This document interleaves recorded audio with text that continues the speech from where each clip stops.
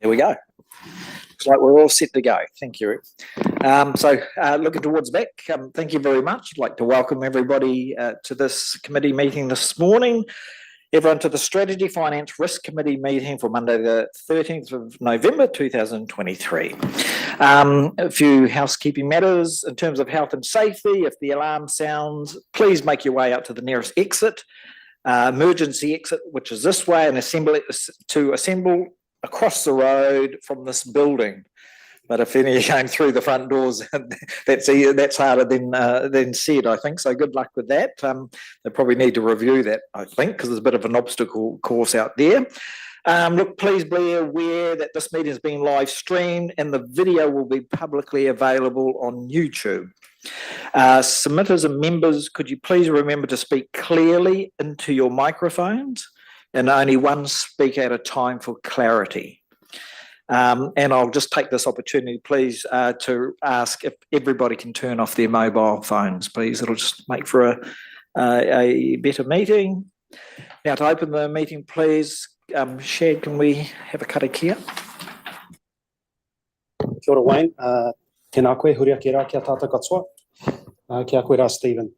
Me ki rā i ngā kanohi, ke wainganui a tātou tēnei ata, tēnā koutou, tēnā tātou katoa. I just want to reaffirm our Chair's comments and welcoming our speakers this morning and our submitters. But before we open the meeting, I'm just going to start with a short karakia. Nō reira, kia nui tātou.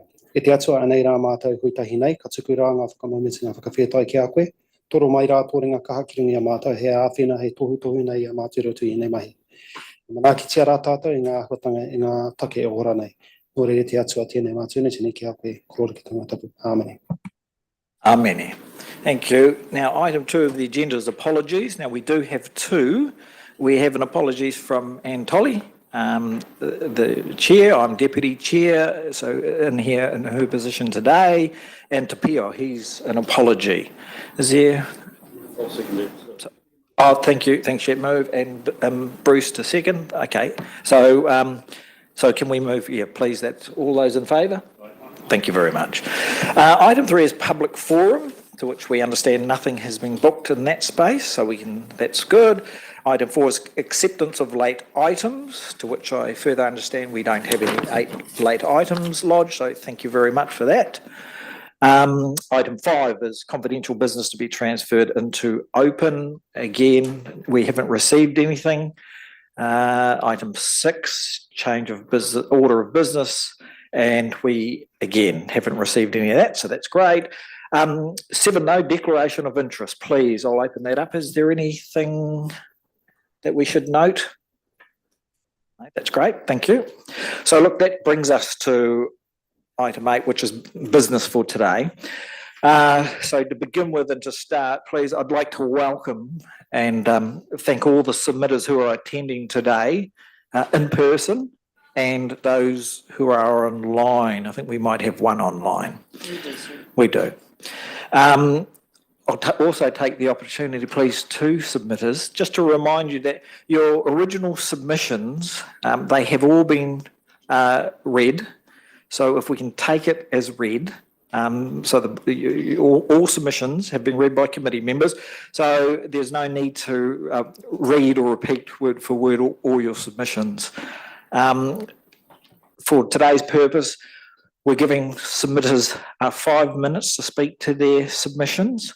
So it's a wonderful opportunity to make those poignant points in the submissions you've made, and sort of encourage you to leave a little bit of the time at the end of your submission, your oral submission this morning, for questions to be asked by the committee members. So, having said that, so we will start. The first item is 8.1, which is submitters who wish to be heard. We're just going to get that matter out of the way. I'm going to put it to the committee, please. Can we have someone, this is to accept those who are going to present this morning. Can we have someone move, thank you, Bill, and second, thank you. So the Strategy, Finance and Risk Committee receives the report submitters who wish to be heard. So all those in favour, please. Thank you, carried. Here we go. Let's do it. So, now, please, you'll have to bear with us. We had a great number of submitters. We've got a number in the room this morning to present, so we're going to... Start with Rachel Jordan. Oh, there we go. Rachel Jordan from Te Whatu Ora. Morena.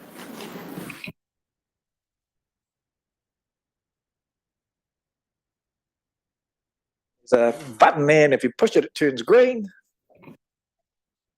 So, morena everyone, I am Dr. Rachel Jordan. I am a Public Health Medicine Registrar at Toiti Ora. So I'm here representing Toiti Ora, the Public Health Service for the Bay of Plenty and Lakes districts as part of the National Public Health Service of Te Whatu Ora. Toiti Ora works to improve health and wellbeing on a population level, which includes promoting healthy environments and advocating to reduce harm in our communities from things like gambling. We are here in support of our written submission, and we are concerned that the changes proposed by the Council will not reduce gambling harm in Tauranga. As noted in our written submission, Toiti Ora would like to highlight that gambling is a significant public health issue in Aotearoa, New Zealand. It is associated with significant harm to individuals, whānau and communities.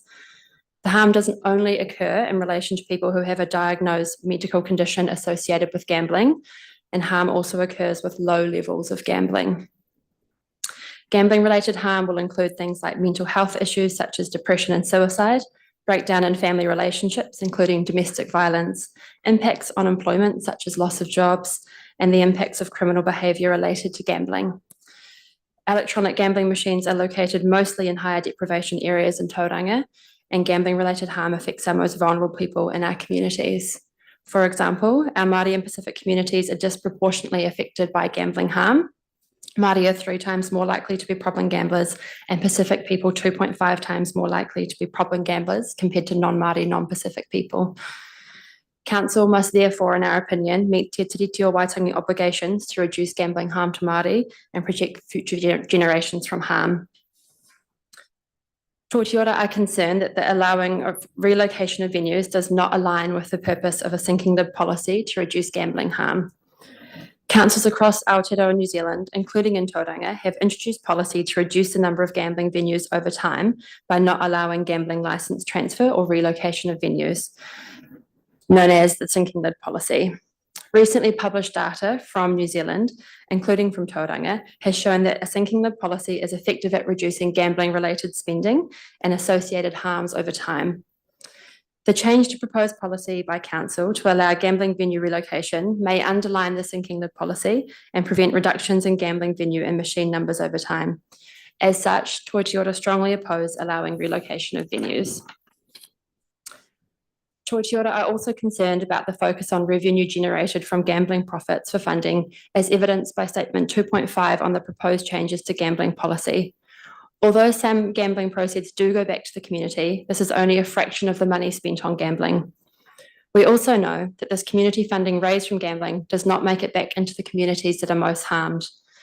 A report commissioned by the Department of Internal Affairs shows that highly deprived communities provide 74% of gambling profits, but only received 12% of grants back. We also know that the benefits from funds going back into the community from gambling do not make up for the harm caused by gambling. We are concerned that the Statement 2.5, which highlights the wish for ongoing revenue generation for communities, promotes the inequitable distribution of funding and fails to prioritise protecting the most vulnerable communities from gambling harm. As such, we strongly recommend ensuring that gambling policy is focused on reducing gambling harm to communities and that Statement 2.5 is removed. To summarise, gambling produces significant harms to the most vulnerable parts of our communities. Changes in policy to allow relocation of gambling venues will not help to reduce gambling harm in our community. We recommend that Council strictly enforces its sinking lid policy and does not allow relocation of venues and gambling machines. We also strongly recommend removing Section 2.5 of the venues policy. Toiti Ora wish to see Commissioners prioritise the health and wellbeing of Tauranga communities, particularly the most vulnerable. Thank you. Kia ora, Rachel. Thank you very much for that. I'll open it up for questions. Bill.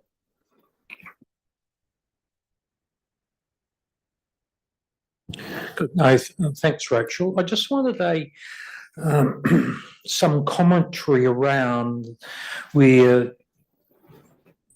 it's suggested that relocation not be permitted. The intent of any relocation is to less deprived areas. So I'm just interested in Te Whatu Ora's commentary then in terms of it's part of a journey of providing the opportunity for gambling venues to move to less deprived areas as opposed to not allowing relocation at all. Te Whatu Ora's preference would be that the venue, if they're needing to relocate, would have to just shut down and cease their licence rather than allowing relocation to another area, especially within 100 metres of deprived communities is still very close, and we have concerns that that won't reduce the harm from gambling to communities.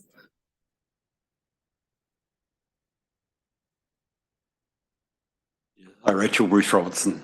Rachel, I just want to check an assumption where you note that it's only a small proportion of what is gambled goes back to the communities.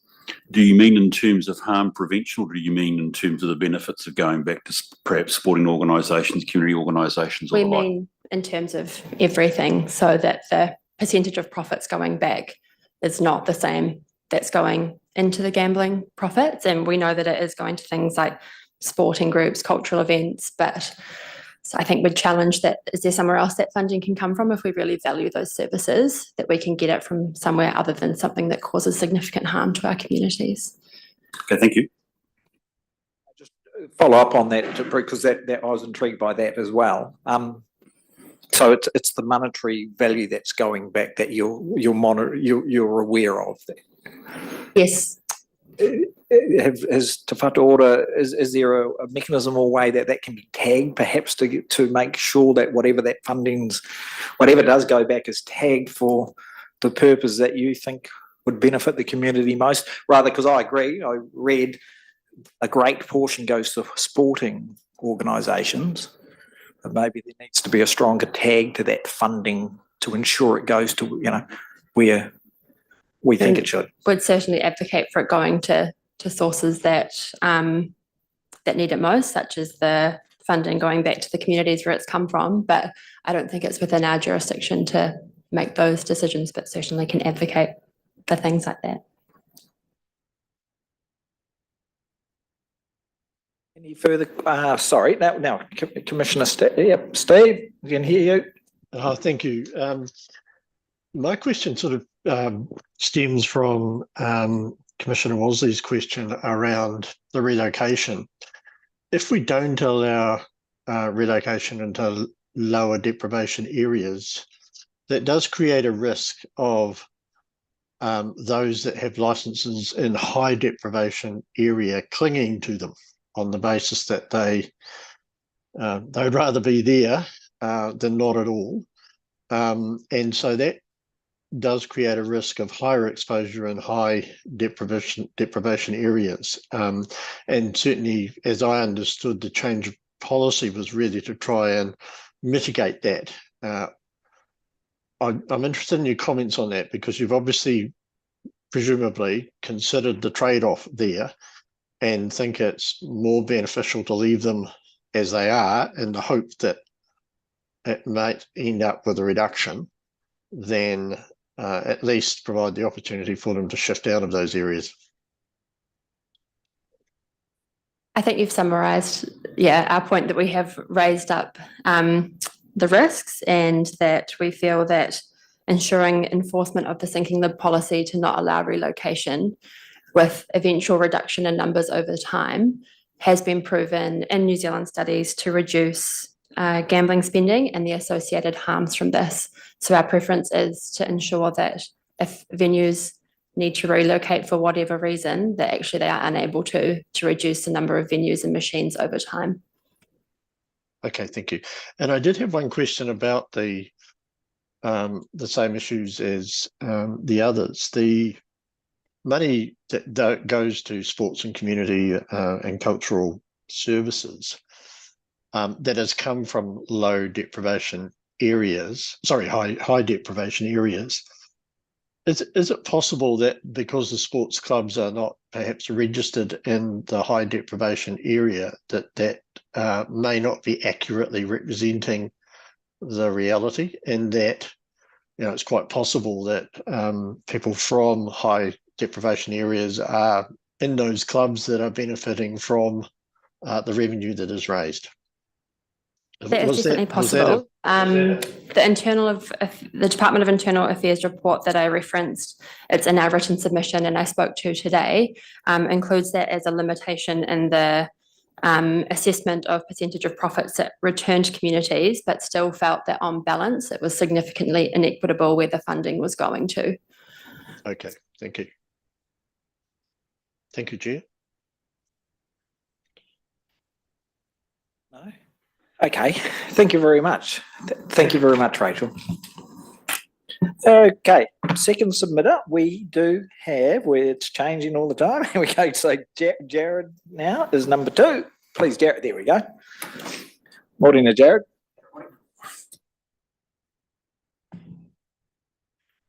Jared's Gaming Machine Association of New Zealand.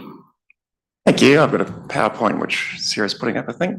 Thank you very much for the opportunity to speak. I'm Jared True. I represent the Gaming Machine Association of New Zealand, which represents the vast majority of gaming machine societies. What you propose is entirely reasonable and entirely sensible, and we fully support it. We fully support the relocation provision being expanded to enable us to consider moving our venues in any circumstances when the move to the new site is more desirable from a harm minimisation perspective. Currently, your policy only allows us to do that if there's a catastrophic event like a fire or a flood or an earthquake or public works acquisition. We simply shouldn't have to wait until a catastrophic event to be able to move our venues. Is my PowerPoint available?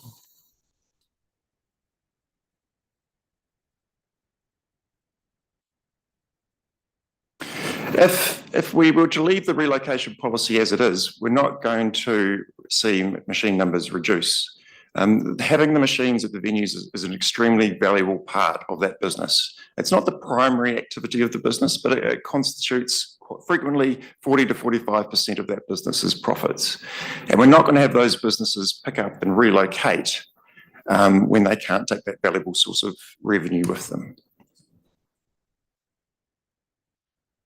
Importantly, relocation is a harm minimisation tool. The ability to relocate under the Gambling Act was introduced by the Maori Party as part of the Gambling Harm Reduction Amendment Bill. The express aim of that bill was to enable venues to move away from undesirable areas to more suitable areas, exactly what you're looking at proposing now. It wasn't the intention of Parliament to only allow that in catastrophic events. Certainly wasn't Parliament's intention to limit that to events beyond the control of the operator. Importantly, I agree with Rachel, we should see venues go out of high deprivation areas into more suitable areas. We should see venues going from high deprivation areas to low deprivation areas. And that's really important here. You've got 63% of your venues are currently in medium to high deprivation areas. We should have that pathway to enable those venues to move to new suitable areas. It's also important that if we've got a venue that's close to a residential area or close to a sensitive site, a community facility, a library, a marae, we should be able to come to you and say, hey, look, we're looking at moving to perhaps the CBD to a more suitable type area. Now, venues should also be able to move to newer, modern, refurbished premises. Having a newer, modern premise, a new modern sports bar, the focus tends to be more on the provision of food as opposed to sale of alcohol. Tends to attract a more affluent clientele that would be less susceptible to suffering from gambling-related harm. And quite often when we see those sort of large venues move into a new modern sports bar type premises, that also frees up that large block of land where the venue used to be, and quite often we see that being used for things like high density affordable housing. If we were allowed venues to move and to relocate to smaller premises, those new modern hospitality premises are going to help to revitalise the business district, help to improve the local economy, help to create employment and help with tourism. I've just got some photos up, please, Sarah. the very first venue that was able to relocate. This is the Giraffe Tavern in Hamilton. This was the very first venue that relocated under the new Section 97A in the Gambling Act. I went there when I was working through university. It was one of those places where you got served beer in a plastic jug. The people around me were wearing black singlets and white gumboots. It was quite an experience as an 18-year-old. If you go to the next slide, this is what it looked like inside. Very much old school.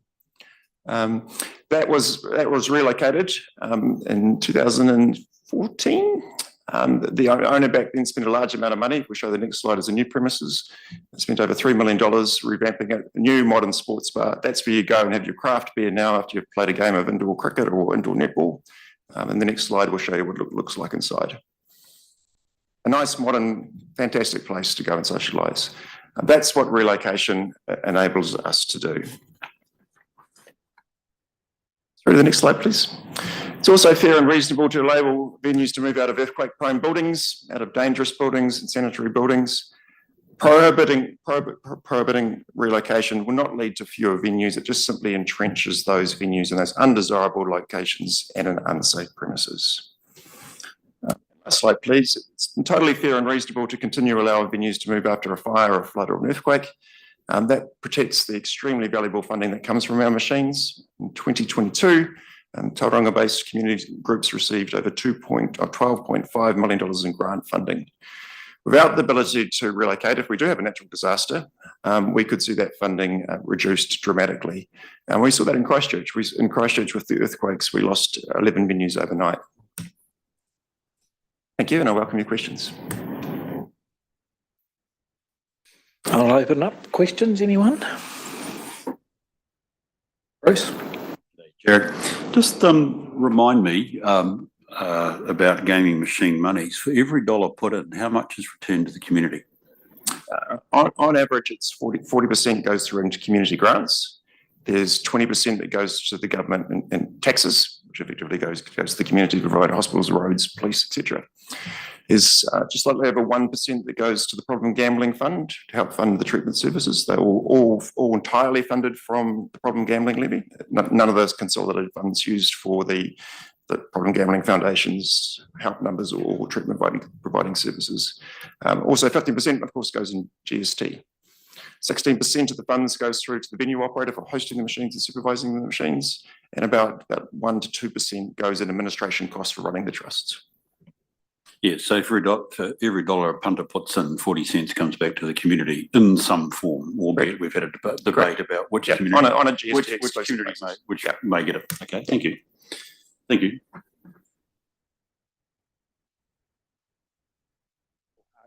Kia ora, Rohario Murray here.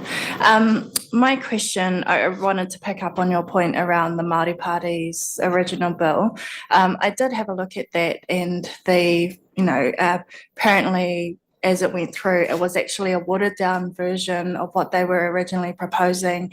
And one of the provisions that they had recommended was around local councils having the opportunity to decide how those funds would be distributed to the community. So my question is, how are those decisions made to ensure that there's a fairness across the distribution to community groups? Is your question, how did Parliament make that decision, or how does the current model work? How does the current model work in terms of that 40% that Bruce has just picked up on? So who decides that? Is it left up to the individual, the bars, or is there a group that does that? And, what is the process? You don't have to go into detail, but we're just really looking at the fairness of distribution across the community. Good question. So first and foremost, the people that own the bars and have the machines have zero say in where the money goes. Section 113 of the Act makes it a criminal offence for them to have any influence in the grant process. So all the various gaming trusts have what we call a net proceeds committee, a committee that decides where the grants go. Some of the larger trusts will not only have a national committee, but they'll have a committee that represents each particular region. And Martin Chair from Pub Charity might be able to help you give you some examples of how they work. So you either have a regional committee or a national committee that makes the grant decisions. Every gaming society has a policy of wanting to return funds back to the local community, very much conscious of making sure that at least your 40% share goes back to your local community. And then it's a matter of each individual's trust has an authorised purpose statement, which is approved by the Department of Internal Affairs. Some of that sets out priority funding. But I can tell you from my experience, when we see applications that involve youth and involve people from high deprivation areas, they always go to the top of the list. Sorry, my last question. Does any of those proceeds go towards trying to reduce the harm that gambling causes? Yeah, so let's talk about that. So there is no shortage of money that goes to treating harm. There is currently, we fund $27 million a year towards it, and that money is not getting spent. So every 3 years, the Ministry of Health goes to the Gambling Commission and says, this is how much we need to fund the treatment services over the next 3 years. Puts a budget in front of the Gambling Commission. Every single time the Gambling Commission has approved 100% of that budget. And then what happens, they say, right, this is how much we need. It's gone from 20 million to $27 million a year. And then they just adjust the percentage they charge us as a problem gambling levy. So there is no shortage of money to treat and deal with problem gambling. And the problem is they've got so much money, they don't spend it. They can't spend it. And that's 27 million nationally. Correct. And how much of that comes back to Tauranga? That's decided by the Ministry of Health based on whatever the demand is. But if there's demand for a service, it will get provided. If it's not an issue of not having enough money. We have a question. Kia ora, thank you, Chair. Yeah, a very interesting question and very interesting answer. Wouldn't you think, in your view, that there should be some collaboration between Whatuora and yourself to try and identify those areas that are most at risk? Yeah, I'm surprised that the health authorities don't actually support a relocation. I go to all of these councils' hearings around the country, and every time we hear the same submission, you just need to have a sinking lid, you just need to have no relocation, regardless of whether it's an affluent area or a poor area. It's just the same approach that gets repeated. Whereas I would have thought for Tauranga, when you've got 63% of your venues in high or medium high deprivation areas, we want to encourage those venues out and facilitate them. And what you're doing is entirely appropriate and reasonable. And I'm surprised why our health authorities would want to entrench venues in those unsuitable areas. I think it's just a standard approach that they use as opposed to actually looking at what the actual merits and outcomes would be. Kia ora, Jared. So it's funny, you sort of went along those lines. So in your written submission, you know, that's point 6, and you just referred to it, currently 63% of venues in Tauranga in that high medium deprivation area. So if I can ask your opinion, because I reading through all the submissions, I'm thinking with the relocation, not adverse to it, good idea for a number of reasons. Have you given thought to sort of, and I've called it a one way or one direction policy around that? So if it's set up in a high deprivation area and realise that they can relocate, but it's got to go to a lower deprivation area, you can't go up. Let's say one was in the middle, 5, they can't go up 6 and 7. You can only go sort of one way to make sure that so that direction, that one way, you know, it is going to the areas where hopefully it causes less harm and get that balance right. So I didn't quite see that in your submission, but I may have missed it all. Oh, can I ask your thoughts on that? Yeah, so if I was you, I would allow this flexible relocation, but I would do it on a case-by-case basis. I would have applicants come to you and put forward the cases, because just simply having a rule that says if you go from a high deprivation rating number 9 to deprivation number 8, that's good, but you can't go from 8 to 8, or you can't go from 8 to 9, because there's a little bit of an anomaly in how you treat central business districts, because central business districts are the best place from a harm minimisation point of view to have our machines. But the way you do the deprivation rating quite often makes those areas high deprivation, because the deprivation rating is based on are you close to busy traffic zones? Are you close to places where there's noise after hours? Are you close to places where there might be security issues? You know, people coming out from bars and nightclubs at night time, large transport arteries. So Queen Street West in Auckland is a very, very high deprivation area just because of that metric. So I think there still needs to be some flexibility in there. There's going to be situations where we're in a Once Were Warriors type tavern in the Bronx and we want to come into the CBD, and that's entirely appropriate, but the numbers might not quite work. So I think it should be a case-by-case basis where we put the merits of our application together and enable council to consider it. Any further questions? I can't see Stephen. Stephen, are you there? No. Let's I'm move all on. good, thank you. Oh, there we go. So thank you very much. Thank you, Jared. Thank you. Okay, we now, Claire, we're going to ask for Claire Dale. There we go. Got it, Claire.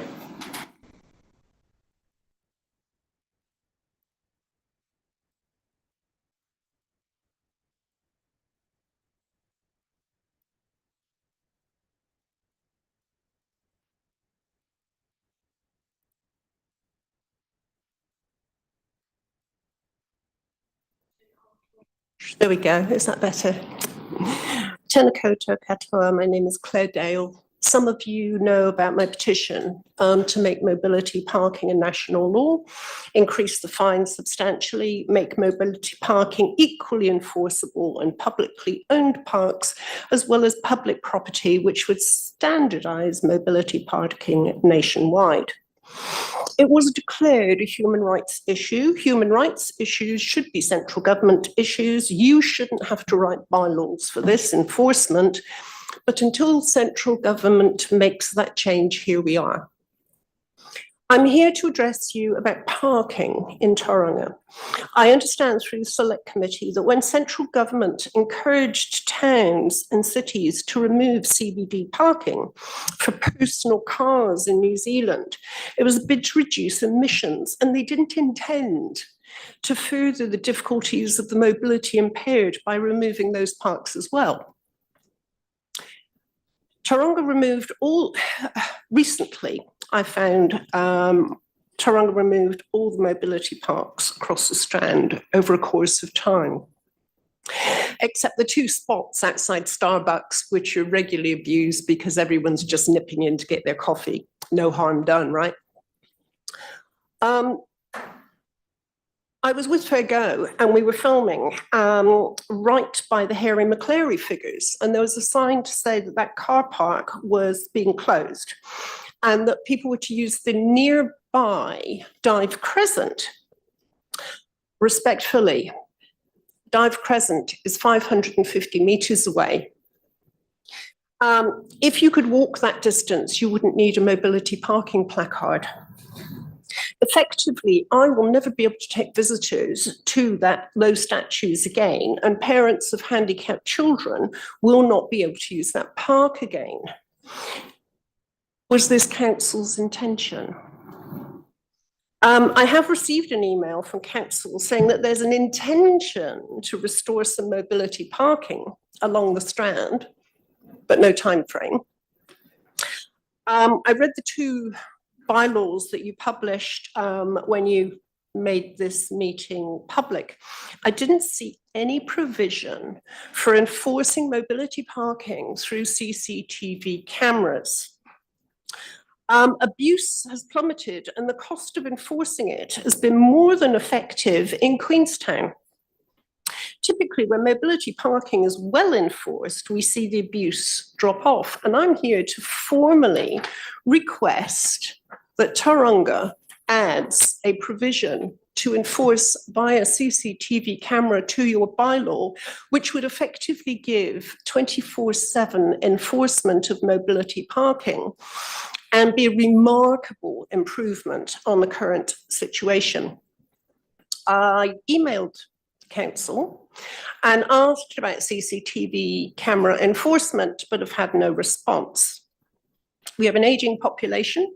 24% of Kiwis have a handicap. This is going to increase as the population ages further, and our laws should anticipate further need for mobility parking and its enforcement. not knowing the situation with the construction outside, when I was making arrangements to come to this meeting last week, I anticipated that there was a distinct possibility that this public building would not have a mobility parking space. I would like to extend my personal and public gratitude to Sarah, who worked above and beyond to make sure that there were provisions that I could park, because I can't walk uphill, and walking distances is difficult. The one mobility space that was outside this building has been removed. I was told that there are plans to put one back in. But for the sake of equal access, there should still be a mobility space outside this building. And so, are there any questions? Questions from the committee? Hello. Hello. Morena Claire. Morena. So if like you're talking about the streets, especially down the Strand where CBD. mobility parking was CBD. Well, not just the Strand, but the whole CBD. but just talking about how it was and how it is now with the removal of some of those mobility parking areas. And if those parking areas were restored and brought back to where it was, do you think that's enough, or do you think it still needs to be improved beyond what the norm was? The issues of the handicapped and the impaired are numerous. The playground is not actually accessible to handicapped children, and I don't know what playgrounds in Tauranga are accessible. At a guess, I'd say there's very few. But without mobility parking close to that, families with handicapped children simply cannot use that car park. I think that there needs to be substantially more mobility parking spaces in the CBD area, and that enforcement should be 24/7. I've tried to go out in the evening. Parking wardens have gone home for the day. And so go into town where I know there's 3 or 4 spaces that are close together. All of them were occupied by vehicles that did not have a placard. I had to walk a lot further than I should have done, and paid for it over the next couple of days. Because people know that the traffic wardens have gone home, there's no enforcement, which is where the CCTV camera enforcement suggestion or actual formal request of mine that you adopt that, because Queenstown have done very well with it. Thank you, Claire. Thank you. Got it, Claire. And you just reinforced that at the end. I was intrigued. Obviously, some councils have good policy with regards to this issue. It sounds like Queenstown has. Are you aware of any other councils that spring to mind that you're aware and they've got good policy? And I mean, I'm a fan of not reinventing the wheel. If things are out there, we should really stick our nose in and have a look. Queenstown are the gold standard Right. of New Zealand at the moment when it comes to enforcement through bylaw. My position is still that this should be a central government issue. But as long as it is a bylaw issue, Queenstown have made their enforcement CCTV through CCTV. Traffic wardens don't have to walk in pairs, don't have to put a physical ticket onto the glass of the dashboard. It's safer for the parking wardens. It's safer for the mobility impaired. And with regular enforcement, you get typically a lot less abuse. Thank you very much. Thank you for your So submission. much. Okay. Yeah. Ngā mihi mea hoa. Thank you so much. Kia ora.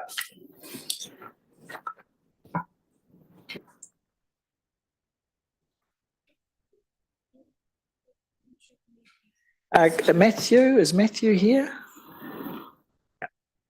Claudia. Oh, there we go.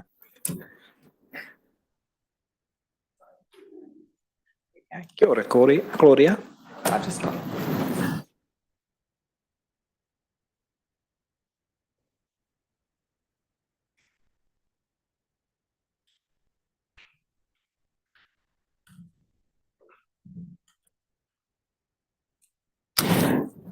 Kia ora, I'm Claudia from the Mount Business Association. The key areas of focus for our discussion today is on the gambling venue policy and also the street use policy. So on the gambling venue policy, I've just provided you with a map which highlights the red and the blue zones. So obviously the red is the deprivation index where gambling venues can't relocate to, and the blue is the commercial areas where they can relocate to if it goes through. And I just wanted to highlight, I don't feel like social housing or emergency housing has been factored into any of these maps. So down the main street where I've highlighted at 261 Monganui Road, which is currently located in the blue zone, is currently being used for social housing. And then obviously I've just pointed out the 2 gambling venues that we've got down the main street.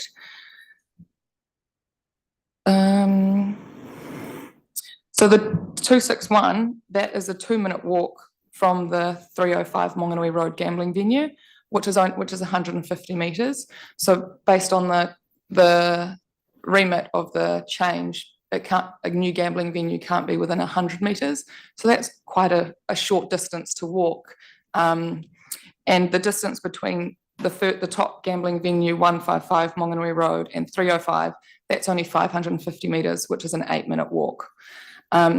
Hearing the 2 submissions earlier, I guess the question is there even a suitable area for gambling? But that's up to you guys. I guess in our submission, whether it goes ahead or not, our consideration would be that we would like a case by case and additional criteria to be placed on a decision if a gambling venue is moved. Our main street wants to be able to provide a balanced offer to visitors. As you can see, we've already got 2 gambling venues, one a TAB and one a bar with pokies. If the policy went ahead, then there would be still no restrictions on how many gambling venues we have down our street. We don't want that to increase significantly. So I guess the question is, can you put a criteria on what's the lay of the land in that space that they're wanting to move to? How many other gambling venues there are, and also are there any harmful sort of other things like social housing, which the gambling man didn't seem to touch on. He said schools, maraes, but social housing or emergency housing is quite a critical one as well. And I think you mentioned balance, so I think that's what we would like to see is sort of on that case by case, a balance of where those are going. For the street use policy, the questions asked in the submission process is, do you think it's fair for businesses to be charged a rate to use a footpath? The question gave examples of only hospitality and did not reference retail operators who use the footpath space to put a rack or clothes or the likes. So people were only basing their feedback based on hospitality venues. When answering this question, it does not state what the potential range of the charge may be. So it's very hard to agree or disagree if you don't know what the potential rate might be. If there was a nominal fee to sign up to use the space, such as Wellington City Council or Hamilton City Council, then this might be accepted by businesses and then a way to enforce the street use policy in terms of how they can use the footpath. But if the charge is based on things like market rate of that space, then this might be thousands for businesses who are already paying a premium rate to be in that location in their rates, which are also ever increasing. This would also be a market rate on a space that would otherwise not be leased to anyone else. Our main street relies on both retail and hospo businesses to provide a presence for vibrancy and also safety. If high charges were in place, then businesses would need to rethink their offering, or these costs would simply have to be passed on to the customer to make it viable to use the footpath space. I've provided you with our foot traffic data for the main street. So this is the data from one single camera location at 195 Monganui Road. just to show you the overall trends in our foot traffic. This data shows the incredibly seasonal nature of our main street. We are a summer destination for holiday goers as well as cruise ship passengers. Our foot traffic increases during the cruise season, but this doesn't always equate to spend, particularly in hospitality as they head back to the ship to dine. We're also heavily impacted by weather. If the weather's bad, then the street is quiet. But businesses would be required to pay the space annually when only being able to use it for a proportion of the year. If higher charges come in for the businesses, this would have a massive impact on the look and feel of our main street. It would directly impact our customers and the appeal for our visitors. That's all. Any questions? Yeah. Bruce. Claudia, welcome back. It's great to have your comments. Can I just ask about the gambling comments that you made, and with reference to what I take it as implicit in your comments that 2 gambling venues is enough, and you're suggesting more criteria. What is that criteria? Well, when I asked, because I went back and asked, you know, is there any other criteria based if a gambling business wanted to move? Their criteria is does it sit within the blue zone? Yes or no? So that's as far as I got. So if that was the case, then we could have multiple venues. We could have 10 gambling venues in our space of our main street, which is 1 kilometre. And that's not desirable. We have homeless there. You know, people live in Coronation Park, and I know the CBD has homeless. So just because the homeless aren't residing in a house, have they been included in those sort of deprivation areas as well? You know, so there's lots of, I don't think it's just a blanket rule. Is it blue? Yes. I think it's, okay, what venue do you want to go to? What's a lay of the land in the environment that's in? And what does that look like? The Business Association think of Gaming New Zealand's concepts that a venue's primary purpose is not gambling, it's food, it's the bar. This is a subsidiary activity. Well, we've got a TAB. I don't think they serve food or alcohol. It's primarily gambling. So that's one of our venues. The other venue is a bar which has pokies in there. So I would say, yes, their operation is not specifically gambling, but it does draw a clientele that is going there specifically for that. So it's hard to say. You know, every venue is so different based on where they are and what they offer. But I mean, the TAB venue that we have is solely gambling. I mean, all I'm being, and I don't want to sound smart here, Claudia, is that actually if it's a good venue site and business is prepared to move there, why would you stop them?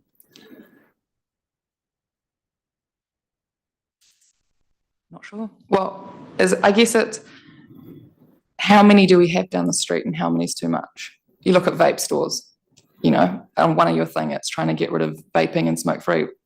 Every other dairy is popping up as a vape store and there's no regulation around that. So if you're on one hand trying to make the street vape free and then you're allowing all these vape stores to go there, but they can't use that vape on the street, it's sort of the same thing. Thank you, appreciate that.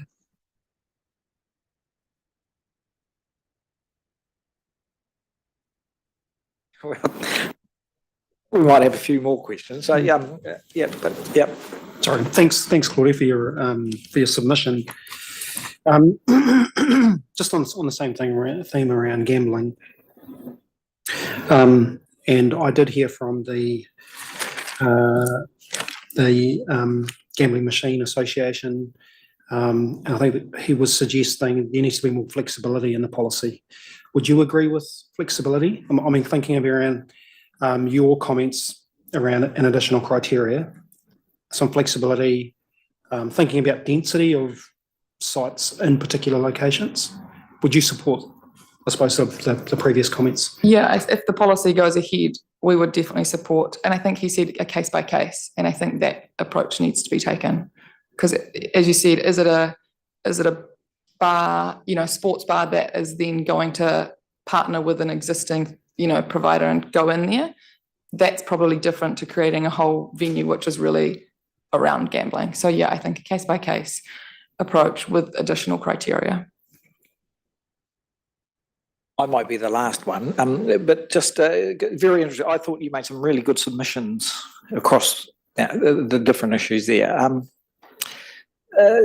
Just to bore you for a second, now in the previous life, being a lawyer, I'm a fan of framework and criteria and just giving something to go on, because I hear, and there were a lot of submissions saying on a case by case, and I get that, and I love that for the fact it gives flexibility, you can make decisions on, but on the ground at the time.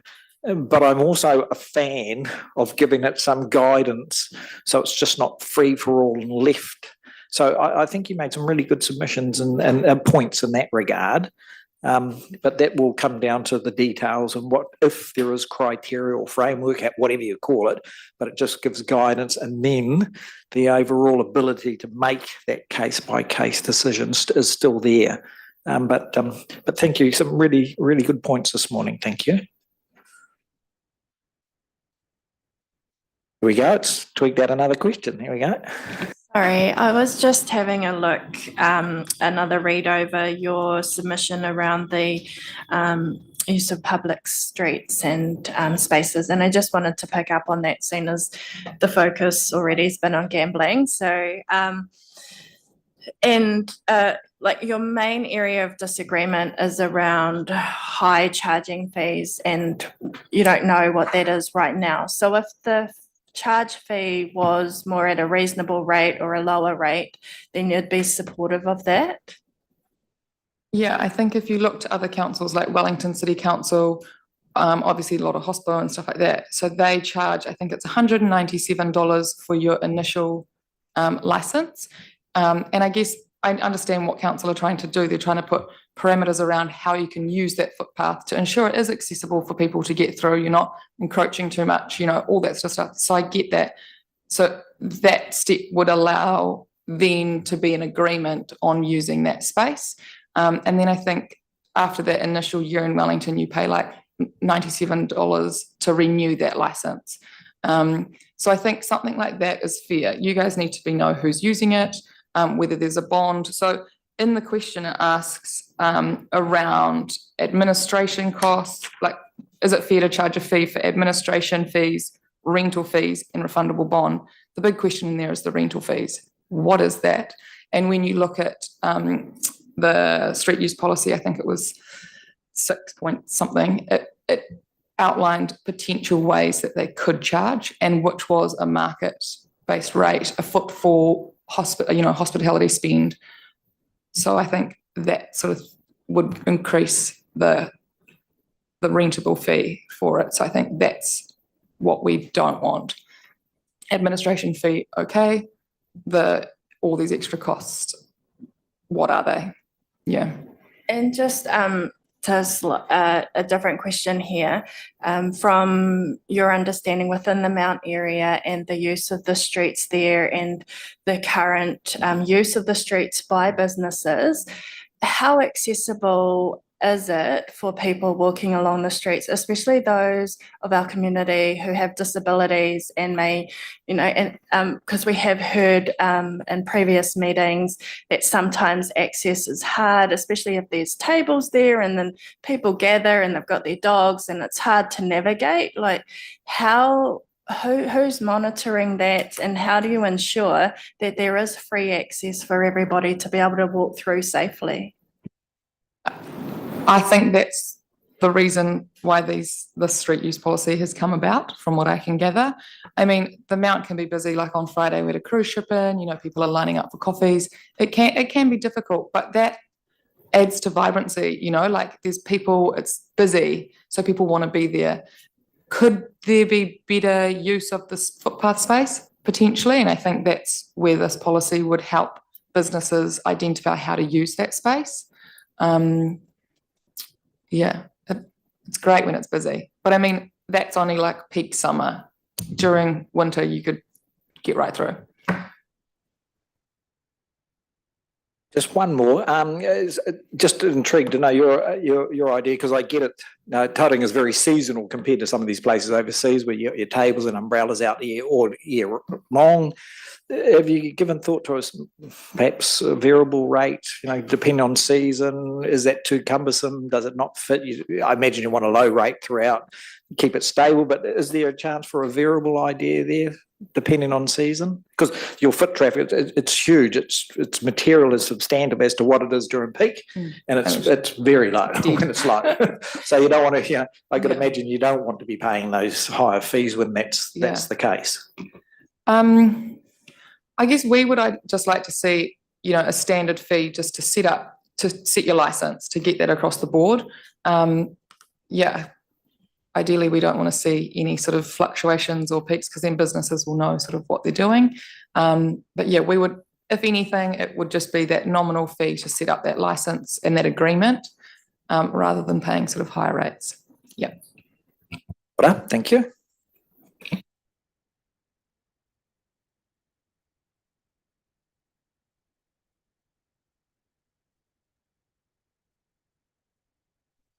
Let's have Luke.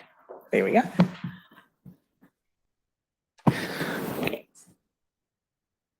Kia ora, Luke. Good morning. Thank you for your time. Sorry, the laptop's not there to intimidate with heaps of things. I just forgot to print one document off, so I just need it there for reference if I need it. I'm from Hospitality New Zealand as a regional manager for Tauranga, so I just want to thank you for your time today. We submitted on two bylaws there, again, the gaming and the street use. Obviously, we're pretty happy just in support of G-Man's there. Don't really want to talk about it too much. Happy to take questions if you want to. I really want to more speak around the street use policies today. So from our point of view in my submission, I can also talk around just a few of the points that are there in the bylaw. Again, really around the lack of clarity as to what's being asked in this is where a lot of things come up for us in terms of a hospitality sector. Sort of a lot more burden around regularity is a huge thing for us right now as an industry. We're feeling huge pinch in lots of regularity. So it's very, very hard to, again, support this when we have very little understanding of what's been put in front of us, from smoke-free zones, talking of just being in support of venues. Supporting that is something, if that went through, is very hard, because we have a lot of questions there around what does that mean. That affects our membership massively of about 2,500 people across the nation. So within Tauranga alone, you're looking at about 180 operators being told what they can and can't do with their street use. For operators that have two different areas, it potentially is not so much of a burden on their business, but it's still something they're being told to do or being asked to support without knowing, will that then affect them getting that license to have street out the front? A lot of these things, has time been taken into account for this in that area as well?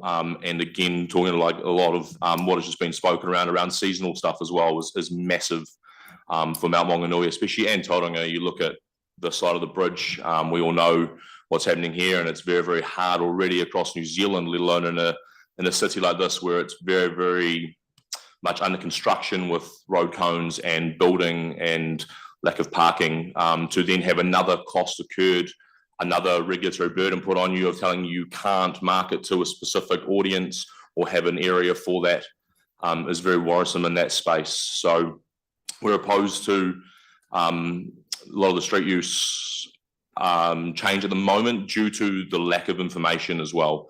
We understand definitely the long-term aim and want to, I guess, not be seen to not be for smoke-free Aotearoa, but right now, from our membership point of view, it's very uncertain as to what's being asked and what would be held. What would then they'd be held account for if they were not in support of, i.e., smoke-free in their thing, because I've obviously asked and rung and I can't get clarity as to what the wording means in this in the bylaw, and it's very, very hard again to have a stance in that space. So I'm really, really happy obviously to take some questions. Mine's more around, again, like I said, from an operator point of view, from a membership. I actually wear two hats. I own businesses myself in this town, one in Mount Maunganui and one in Papamoa East. one has gaming, one has a street use in the Mount Main Street. So happy to discuss that too if you would like, but I am obviously here as my regional manager role for Hospitality New Zealand today. Questions, please? Bill? Thanks, Luke. I just wanted to a bit more clarification regarding the association's commentary on street use policies. And I'm on para 9 of your submission about the license to occupy streets. I just, the concern about the over-regulation and unnecessary cost structure. And I just wanted a bit of clarity in terms of, from the association's perspective, are they, is it supportive of the street use policies around, say, how the streets used, what structures, how they're maintained, cleaning, etc., vis-a-vis obviously the smoking and the vaping? I just wanted to get a bit more feedback from you. Thank you. on that. Totally. So yeah, we're not opposed to again a fair regulation in terms of that space, but right now, from what we can understand, there's lack of information there. So again, massive around seasonal and not adding another huge financial burden to operators. Is because, again, the clarity there is it doesn't talk much around it. I'm all for a clean city. Hospitality is a massive on your first impression is what you see, what you smell, all those sort of things. So operators are obviously very, very high in trying to keep their front clean and tidy and all those aspects. Ease of access, again, if it's not easy to get in a venue, then you're not going to come in. So all of those things we, as operators and from a membership point of view, an organisation, we understand and support. It's again the lack of real information here that we can't get behind because we don't know. So we're opposing it because it talks of the policy. It talks around obviously landlord access to their land, so license, not adjoining landlords. There's a lot of, I'm sort of reading them all here. Sorry. So the information there now is not enough for us to be able to, I guess, be happy with. Sorry to. Bruce? Luke, thanks for it. And only if you're happy to, can I ask about your gambling venue? Because it's obviously one of the things. Are you happy for me to ask you a question about that? I just, Te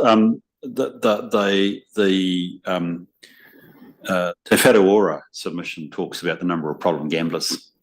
And I'm just wondering how easy in your venue, assuming you've had some through, and I suspect you probably have, how easy it is to detect a problem gambler?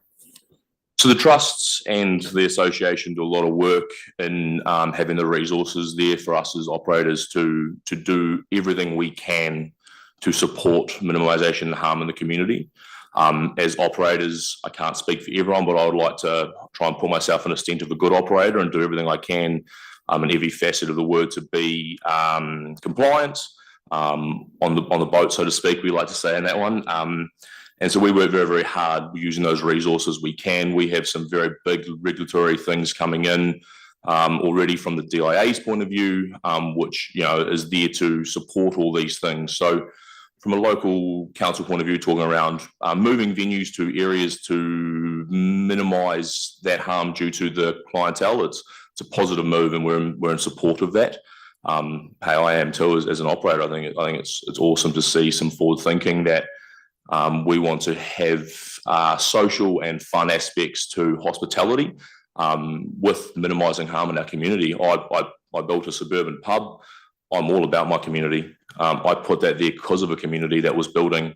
I want to be known as someone that's helping that community through whether it's sports grants because of that room or sponsoring because of the bar and restaurant, whatever it might be. So there's obviously, I definitely understand some of the statistics, and no one's trying to pull the wool over anyone's eyes in those space. Like it was stated today, there's no lack of money for that health department to use. It's not like it's an association where they're trying to not have that. So yeah, very, very much the tools are there and they're always like everything is evolving and always trying to do better with technology being used with face recognition, sorry. A lot of space like that as well is, they're all looking into it, and as trusts are investing big money in those spaces to help in these spaces. Share the view from you. Thank you. Couple of questions, but just along, so again, please, I'd love to ask because you are an owner of, and you don't have to answer, but give it context, in the financial services industry, when more regulations, compliance, we all sort of drop our shoulders, and on a high level, is it currently burdensome on the business in terms of compliance? Like, it's an actual feel that when you sit down, you think, boy, this is quite burdensome on my business. So we go back to street use now, or so we're still talking Gambling. Okay, so can you just the question one more time, apologies. Is it burdensome on you? I heard you mention compliance, Mm-hmm. and every business, in certain fields has compliance. Is it burdensome on your business and how you operate? Like, does it keep you awake at night? I want to get a feel with how much. A feel from a business owner. Sorry, if I don't answer this, probably just let me know. But I guess from understanding that question, there is from an operator's point of view, yes, there is some of that, because we don't want our team also to get it wrong. I'm one man; I can't be in that business the whole time. I work long hours, do a lot of things, and so when I was in there, we obviously employ really good people to do jobs, and we put systems in place. So yes, we work very, very hard to make sure those systems are always followed and always to the letter of the law, and training our people to the best of our ability to do that. So yes, when overregulation comes in, it is a worry from an operator that, hey, we're going to get it wrong, we're going to get dragged over the coals for this, all those sort of things. That's human nature to sometimes feel that way. It doesn't mean that we go, another regulation stuff, like that. That's another whole kettle of fish. It's very much that when something comes in, if it is, I guess, fair and unreasonable is a good term there. Yeah, we'll definitely fight it, because at the same time, we don't want to, lack of good wording here, sorry, people, the fun police. We're not there to do that. We're there to provide a good environment, uphold laws, regulations. And that comes through training and systems. So sometimes, yes, when things are overregulated, it definitely becomes very hard, very tiresome, very costly. We're an industry already that speaks low numbers in terms of what comes to the pocket of an operator. And whenever $69 a month, whatever it might be from a street use policy, it still affects that as well. So very much so a seasonal cash flow type of industry, where it is 100% that, yeah, awesome. And I haven't seen the numbers, but I'm sure the street numbers are amazing of the cruise ship people walking around the street. It does not mean they're spending dollars and cents in bars and food, beers, anything, even in machines. Right now, we know that the cost of living is extremely high.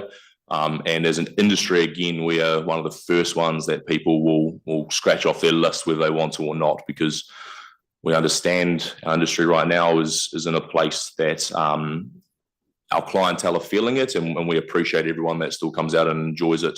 And that's all we do, is do everything we can to keep those prices at the fairest point possible for a guest to come and experience that fun. But again, every single cost over the last 5 years, the industry has absorbed as much as it can.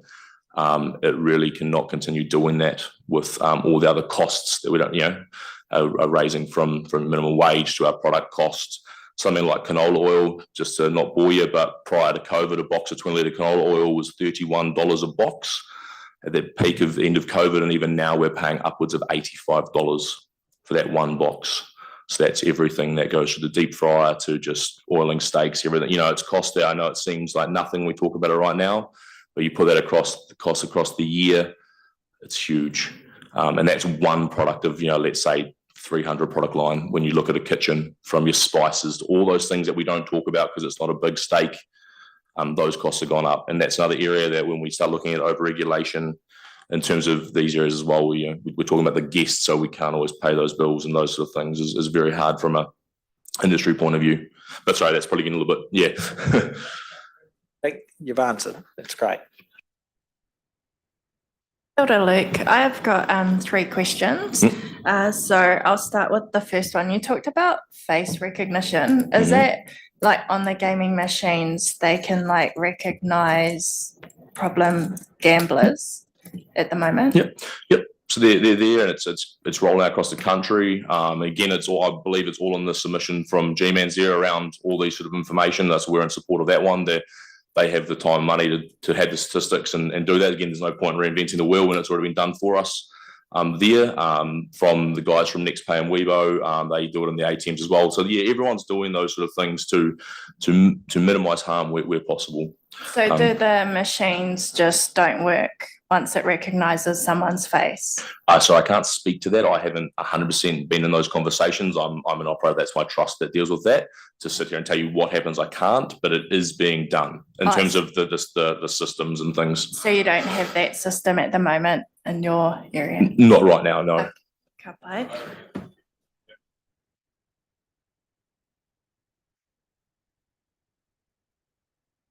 Thank you. There's a whole bunch coming on 1 December this year. Yeah, so that's probably what you're talking about. Yes, so I can't speak to it because I haven't been in those conversations exactly how it all works. I just know it's on the way. It's already in other venues.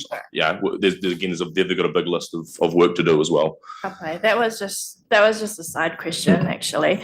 But I wanted to bring you back to, because I see in your submission at paragraph 7, Hospitality New Zealand supports and agrees with the Gaming Machine Association of New Zealand. So we understand from Jared that he suggested on a case-by-case basis in terms of relocation, so you'd be in support of that? Yes, I'd be in support of that. I think it's, again, fair and reasonable. Like we can't talk of limiting one way because there's other parameters outside of that which a committee would need to choose on that specific case. But we're all for the ability to move those sites out of those deprivation areas that are harmful and into better areas, whether that's on one index or whether that's on a committee's case-by-case basis. I think the principle is the right decision.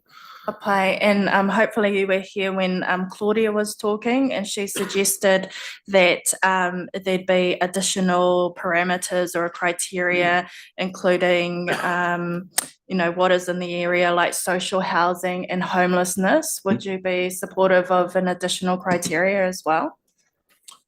Yeah, at least we don't have a problem to that. I'd need to again see what that was before I could tell you my stance on those exact criteria. But again, we don't have an issue with it. I think it's again making the right decisions to stick to all the paperwork, which is minimising harm there.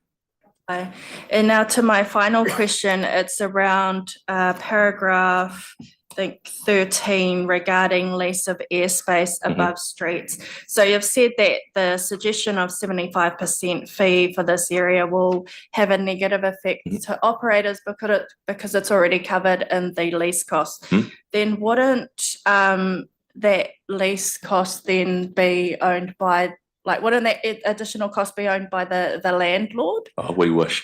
Yes, it would, but in any commercial space, it's not obviously in writing, but it is always passed on to the tenant. I cannot speak on numbers on that one, sorry, but I have two myself, and I promise you every cost is passed to me.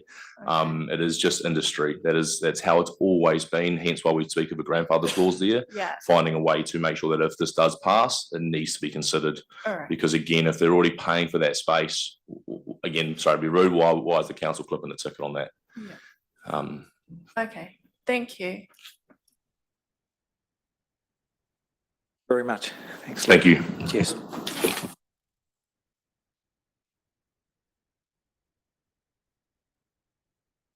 Ash. Yep.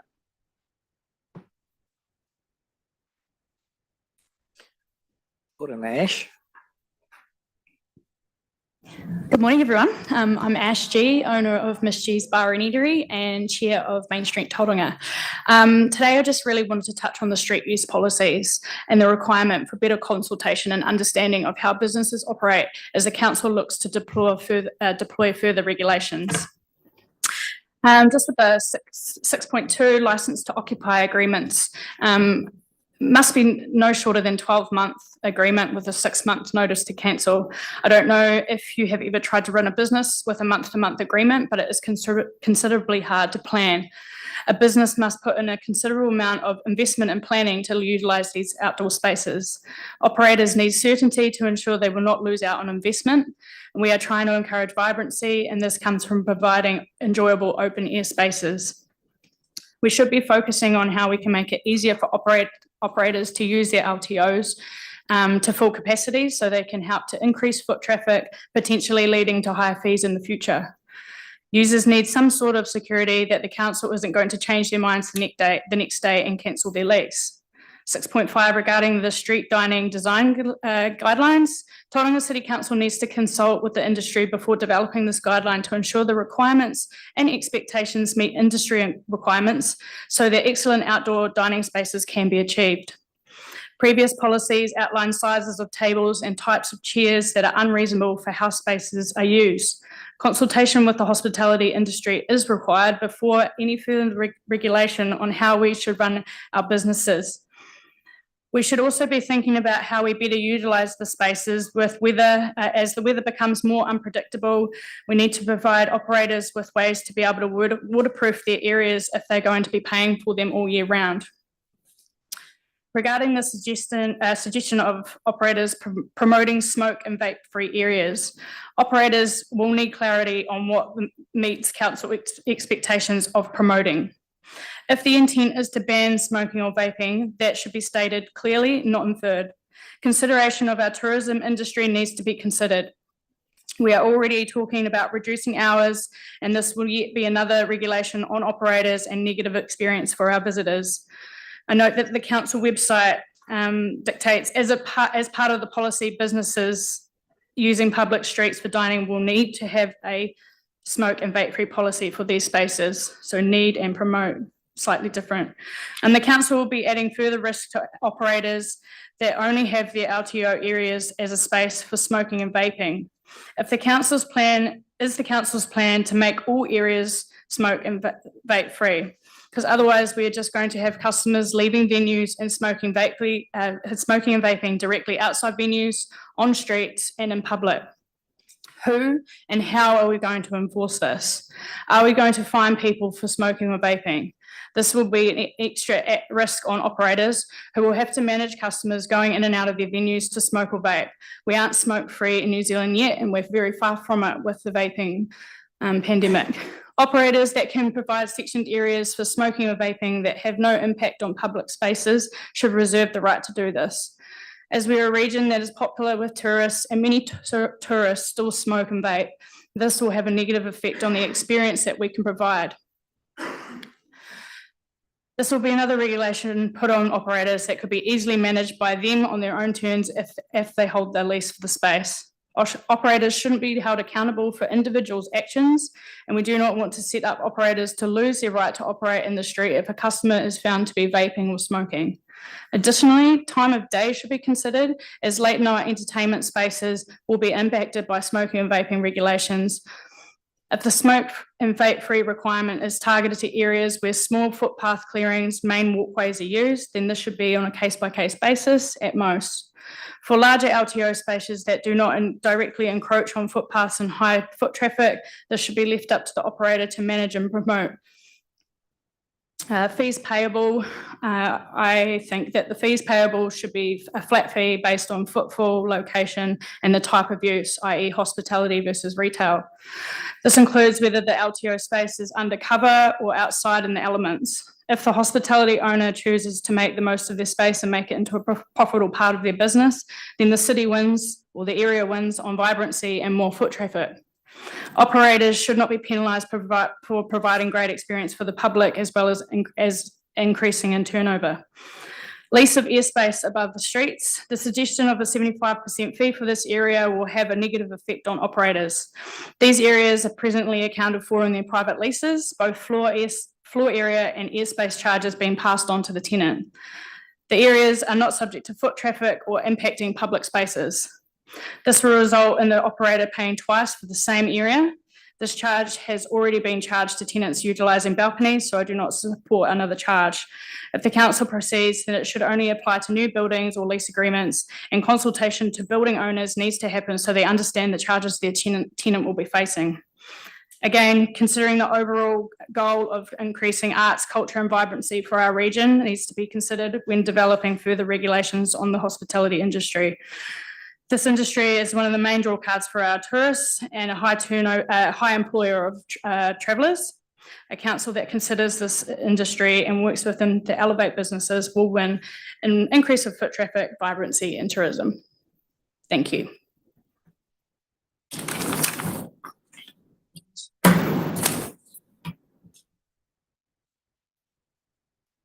Bill, you've got a question?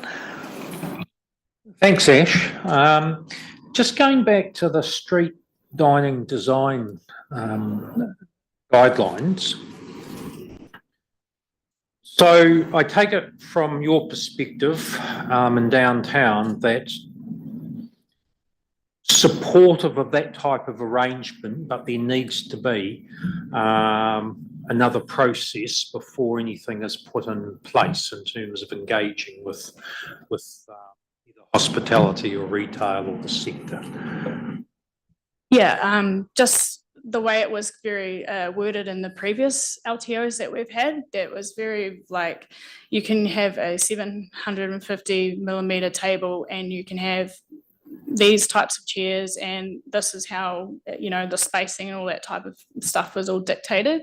And that's all well and good, but it doesn't really leave room for, you know, big groups, like most of, especially when TCC comes to Miss G's, we do big groups of tables and things like that, you know?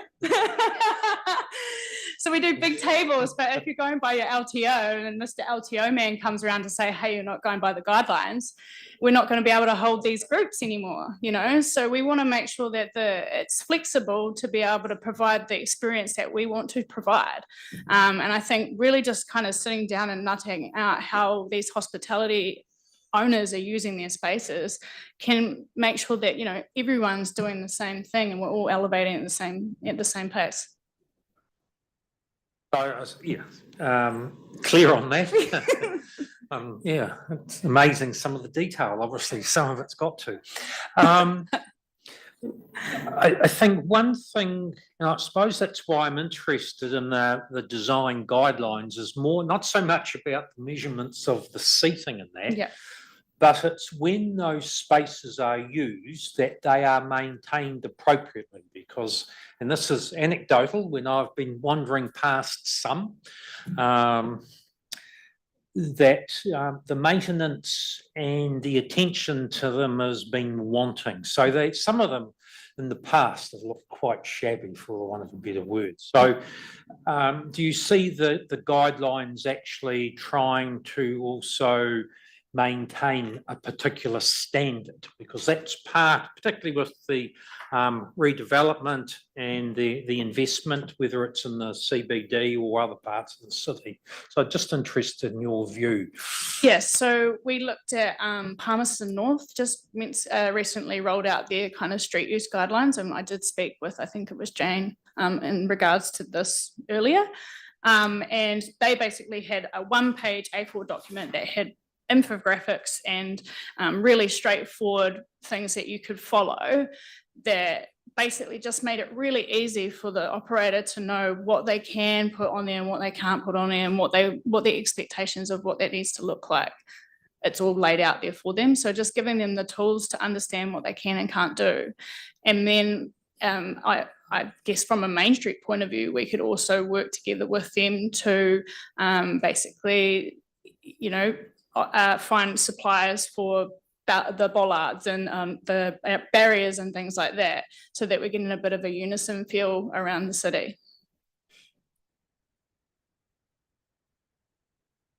Questions? Shad. Thanks, Ash, for your submission. So in the current arrangement, or how the policy is being applied currently, sorry, and I'm thinking about the development of these guidelines, it's quite prescriptive. And so thinking about the Palmerston North example that you used, there's I assume it's not as prescriptive as what we currently have. No. So you'd be in favour of some, or probably more flexibility, working with the individual hospo operators around how that. So I suppose providing some guidance, but not being overly prescriptive about how you might use your space. Yeah. It's a challenge, isn't it, getting that balance right? Thank you. Thank you very much. Thank you very much. Okay. We have Joe. Sorry, Joe, been a long wait. yeah, that's our bad. We should have got you one.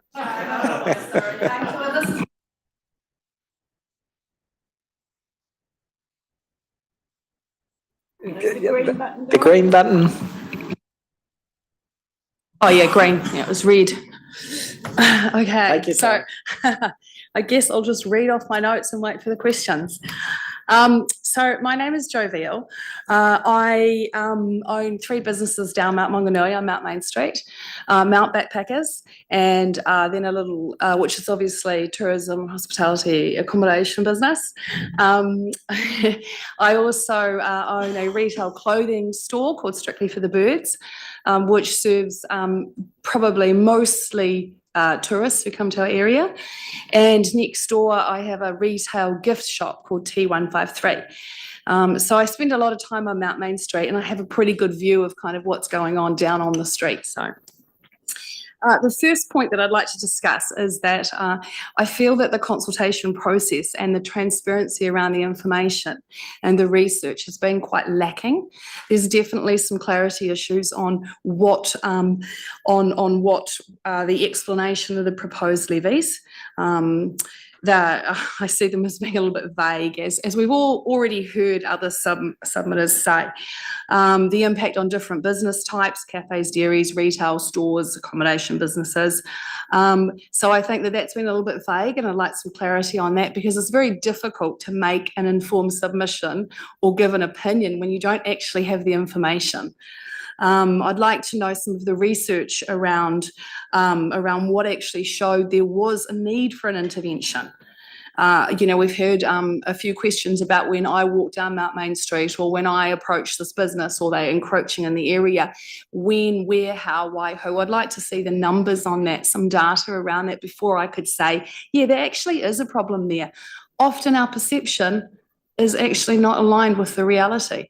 Is there really a problem? So I'd like to see the research and the data that shows that, and in comparison with other, and I want to use this word, other thriving tourist towns in New Zealand and overseas. Mount Maunganui in particular is a thriving tourist town. It is an iconic town. So I'd like to see comparisons with that. I feel that there's been some transparency issues there, and often what I read through all the submissions that were posted, and I see there, I don't want to use the word ill-informed comments, but some comments from people that didn't really ring true. In fact, we pay our rates, so shall they. They're making money off this and we pay. Yes, that's true. But actually, as a resident of Mount Maunganui, my general rate component is $118, but my commercial rate that I pay for general amenities for one of my businesses is $784. So we do actually pay for that already. And so I think there seems to be, because the information is not given, we've asked the public to give their opinion, but they don't actually know. So it seems like it's kind of, it's not accurate. The second issue I kind of have with the consultation process is the online submission in a 4-week window. I don't feel that that's enough. It does impact people's lives quite greatly. And so using a singular modal form to engage with opinions from people from the public and business users, one online submission. I mean, I know my husband as a Māori business owner would much prefer kanohi to kanohi. He would have quite happily gone into the Mount Hub, which was set up for community engagement, and had a little kōrero about the actual issues. But it's not given, it's one online submission. And I feel that that kind of limits the consultation process. The second point that I want to make is the equity of managing business areas, and a word that was used before, which was interesting to me. So it's useful to come and hear these over regulation. And the regulation that we see in a lot of areas, particularly if I take my accommodation business, where we're legal, we're registered, we have very high compliance fees, and it is burdensome, absolutely. As opposed to other people who are allowed to run Airbnbs and host, we've got over 2,000 Airbnbs in this city. No regulation, no compliance. Is it burdensome? Yes. And I'm speaking on behalf of all of the backpacker hostel accommodations here. We have tried for the last 7 to 10 years in Tauranga to address this issue, that while our compliance fees are increasing, there is nothing else given to anybody else who can run illegal accommodation businesses. To bring that back online, I'd also like to see business areas.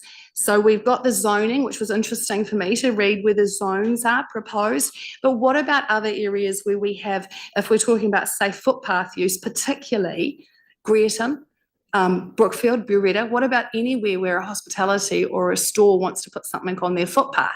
What about all of the signs that are used down when you come down Mount Maunganui or Wanganui Road? People put up signs randomly on the side of the grass. Like, there's a high level of enforcement that's going to be needed. Is this level of enforcement going to match what the new regulation is going to be? That's a question I have.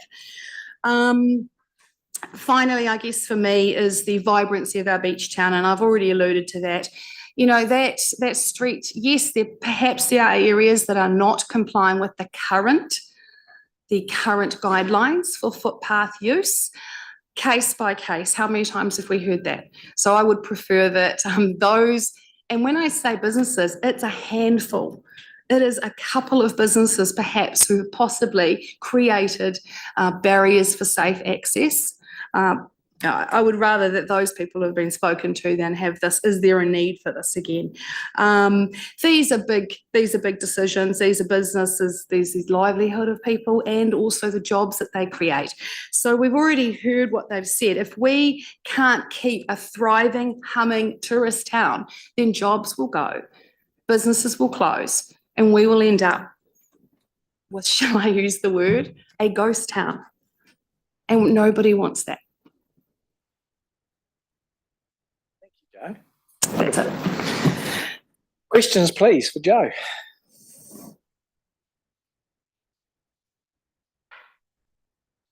Bruce has got one for you. Joe, I'm just trying to get a grip on your comments.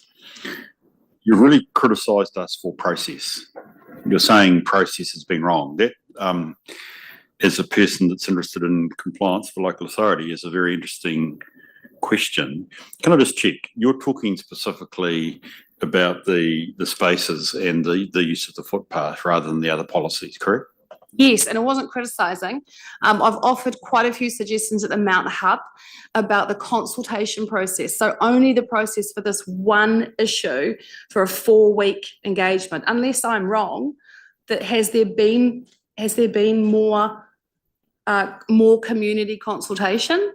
As far as I know, there's only been a 4-week, yeah. Okay, thank you. I think it's okay. I might well come back, but that was my start. I think I might have another couple later. More questions? You might be on again, Bruce. Yeah, look, just one thing. Let me just check. You say there's one or two, I think if I got your argument correct, Joe, sorry, apologies if I haven't. 1 or 2 owners may be the problem, as in contrast to most of you. Is that correct? Yep. Having said that, for us to, how shall we say it, deal with 1 or 2 owners, you have to have criteria. So presumably you don't have trouble generally with criteria for the use of spaces in the city, correct? I don't personally. even though we have to state them, and you've criticised some of the wording that we're using in this consultation document. I am criticising some of the wording that is used because it is vague and unclear when you talk about should the proposed levy. So that's where I think that it's a little bit Yeah, so vague. that's about the fee, the payment, as in contrast to perhaps the design principles or the use. Yes, and I always think it would be helpful for people to know what the current design principles are with what the proposed design principle is. You ask people to make an opinion, but there's nothing to make an opinion on. A lot of people don't know what the current ones are. So where I can put my tables and where I can put my. Okay, no, thank you. That's very helpful. Thank you. Thank you, Joe. I think you summed it up, but when you mentioned informed decision, I mean, that's all you really want, isn't it? To have the information to be able to make an informed decision on anything. So I hear that. Can I just say again, I'm glad to hear you know, an area in our city that, the mountain's thriving, which I think is wonderful. And that's the kaupapa, isn't it? We've got to keep it thriving. That's the intent. That is the kaupapa. When I read through the submission, some businesses are definitely struggling. And as we've heard, that a lot of the costs are rising.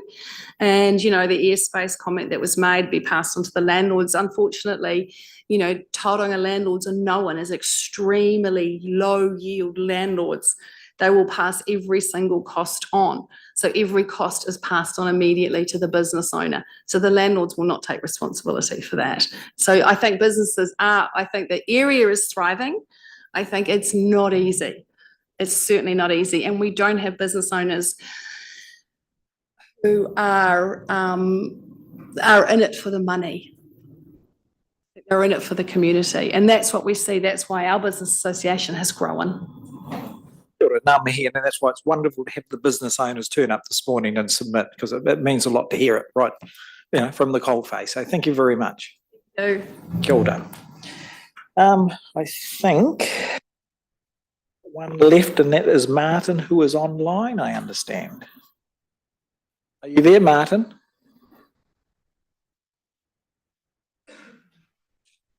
There we go.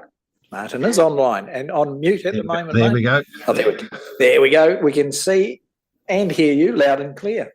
Thank you. I've got a presentation there. Can someone get that up on the screen, or do I need to share it? I can. Did you want to share it, or would you prefer I shared it through for you? I can. It's just so if you can put it up there, and I'll just. There's only a handful of slides, so. Yep. Not a worry. I'll put it up right now. Just by way of introduction, my name is Martin Shearer. I'm the Managing Director of Pub Charity Limited. Pub Charity Limited and its predecessor Pub Charity Incorporated have been operating gaming machines in New Zealand since 1987. They were the first corporate society licensed, and we are currently the largest operating machines as far north as Kaitaia and as far south as central Otago.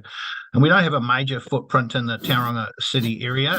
We've probably operated continuously here since 1987, but currently we have 2 venues and 36 machines. One venue's in the CBD, one venue's in Greerton. And in the last 12 months, we've returned about 1.9 million in charitable grants to Tauranga. So I just wanted to focus, because in this limited amount of time, on the underlying thought process around relocations, and in fact the risks involved in relocations, and fundamentally this concept of exposure is what underpins the concern. Do we have machines? Is there a linear relationship between exposure and harm? And if we leave machines where they are, do they create harm? If we move them, can we improve those statistics? So the first slide here, when we the third slide, slide 4 actually. Thank you. No, I can't control that one. So this is an overall view of machine numbers and population in New Zealand since the Gambling Act was passed in 2004. The Gambling Act was the statute that gave councils a policy-making power to influence future gaming machine numbers, and to a large degree that's been responsible for a reduction in gaming machine numbers in venues, a substantial reduction. and on the premise and the promise that there would be a reduction in the associated harm. And to some degree, that's understandable, that's instinctive, except the type of disorder, the neurobiological disorder that's associated with problem gambling is not linear. It follows a epidemiological curve. And if you just look at the next slide, so the Ministry of Health reports on basically the problem gambling prevalence rate in New Zealand through a number of survey tools that they utilise. So we can see that gaming machine numbers prior to the Gambling Act peaked at 25,000. They're currently 14,300 across the country. The population has grown from 4 million and quite remarkably to 5.2 million since 2004. And the net effect of that is, of those two movements, is that the exposure ratio of machines to per capita population in New Zealand is actually halved. So in 2004, there was one gaming machine for every 164 people in New Zealand. Today, it sits at 1 to 363. So therein lies an empirical opportunity to measure the effectiveness of reducing exposure in the community, which is your primary concern here, no doubt. So the Ministry of Health, in their surveys, as you can see there from that quote, is there's been no detectable change in the problem gambling prevalence rate, which actually is the actual prevalence rate in New Zealand is statistically low. And basically, so the actual risk that you're dealing with here is not related so much to exposure, it's more demographic. Which would be far more likely to have an impact on outcomes than actually the thought that we need to overall reduce the number of machines. And the thing that concerns me is the misrepresentation of relocation clauses as they were somehow frustrating the objective to minimise harm. I was actually a party to an industry working group that met with Tu Uruaflavell when he was drafting his bill after the first reading, and there were significant changes made, principally because local government did not want control over gaming. The overwhelming submissions from TLAs were, we do not want the responsibility of giving away the money, so please don't give it to us. So in reality, there were a number of changes made in the initial bill proposal. Just taking, if we can just scroll down to the next slide. So after meeting with Mr. Flavell, one of the points was made by the Hospitality New Zealand was, if you're concerned about risk in high deprivation areas, you need to give us the ability to move these machines out of there, because currently at the moment, there's no commercial incentive to do that. And I think one of the commissioners concerned about the entrenchment of these venues, and these are commercial operators who basically are making their livelihood out of this business, and they're being asked to give up a sizable chunk of their revenue to relocate their business out of the goodness of their heart. And it's just not going to happen. And Mr. Flavell recognised that. He was quite comfortable with his amendment. And you can see the bottom paragraph in particular. The status quo prior to the relocation power was discourage venues from moving to a more suitable location. So in fact, a relocation clause is to encourage venues to move to a more suitable location. It is a harm minimisation tool. And I don't understand why health providers advocate and oppose relocation clauses, because they are a short-term or medium-term improvement in a risk profile in a community. If you do acknowledge that there's higher risk in higher deprivation areas, lower education, Maori Pacifica communities, then this is a tool that would allow for an improvement in that dynamic. It's not the golden ticket by any means, but certainly it's going to improve the situation rather than discourage it. So can I just see the next slide, please? That really just summarises what I was saying there. So in reality, the council can take some comfort from the fact that it's not making a situation worse. It can only improve it by allowing for this amendment to the current policy, but again, it's not the silver bullet. There were some questions raised that I'd probably like to address about reduction in spend from sinking lids. I know the sinking lid's not on the table here, but again, there's some suggestion that we're missing an opportunity here to reduce expenditure and by problem gamblers. So the study that was referred to, if we can just scroll down to the last slide, please.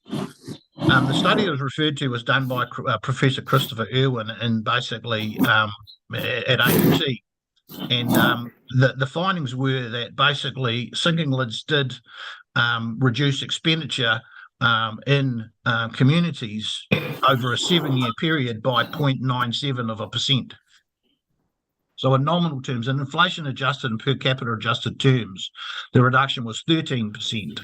But in nominal terms, so in other words, if there was $1,000 spent in 2013, in 2020, it was $999. So in reality, it hasn't been a major tool to reduce expenditure either.